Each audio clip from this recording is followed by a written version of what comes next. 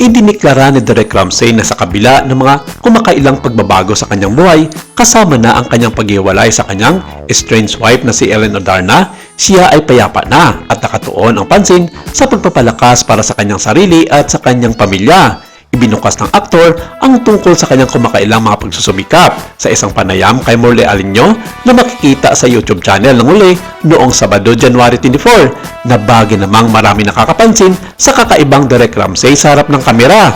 Hindi makaila na pagkatapos ng kanilang hiwalayan ni Ellen, halos araw-araw itong pinuputakte ng samot-saring mga pambabatikos mula sa mga netizens na galit sa kanyang ginawa at ang pagiging playboy nito sa kanilang relasyon.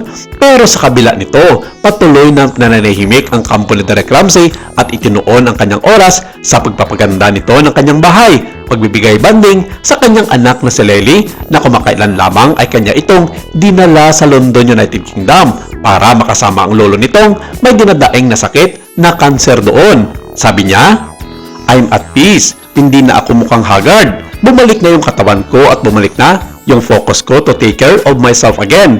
Ang dami kong pinagdadaanan, so pinili ko na lang kung ano yung kailangan ko, maging super strong para sa daddy ko, sa mami ko." Inamin din ni Derek Ramsey ang kanyang mga alalahanin dahil ang kanyang mga magulang ay hindi na kasing lakas ng dati. Binanggit na siya ay gumugugol ng oras sa kanila hanggat maaari.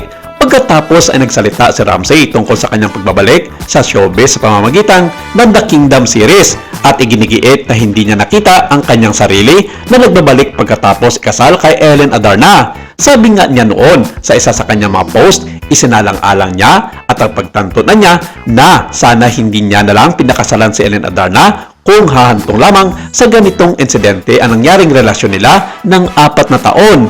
Dagdag pa niya, "Talagang ayoko na bumalik. I was very happy for 6 years. Sabi ko naman sa inyo, pag nagpakasal ako, doon na yung focus ko. That was an easy decision for me to make. Mahal ko yung craft ko, but I was so excited for this chapter of my life and sober content na ako. And then, like I said, life can change so quickly overnight." He said, "We faced a very difficult storm and din binigyan ako ni Lord ng blessings na isa pang project. I just took it as a sign that I should take it." Sinabi ni Ramsey na kinakabahan siya sa media conference para sa proyekto, ngunit kalaunan ay nasanay na rin siya. Sa panayam, tinanong din ng aktor tungkol sa mga kumakailang kontrobersiya na tumutugi sa kanya kung saan kasama ang mga akusasyon ng dayaan at gaslighting mula kay Ellen Adarna. Sinabi nito na kaya siya nanahimik ng halos isang buwan sa isyong ito dahil alam niyang hindi siya papapakinggan ng mga tao.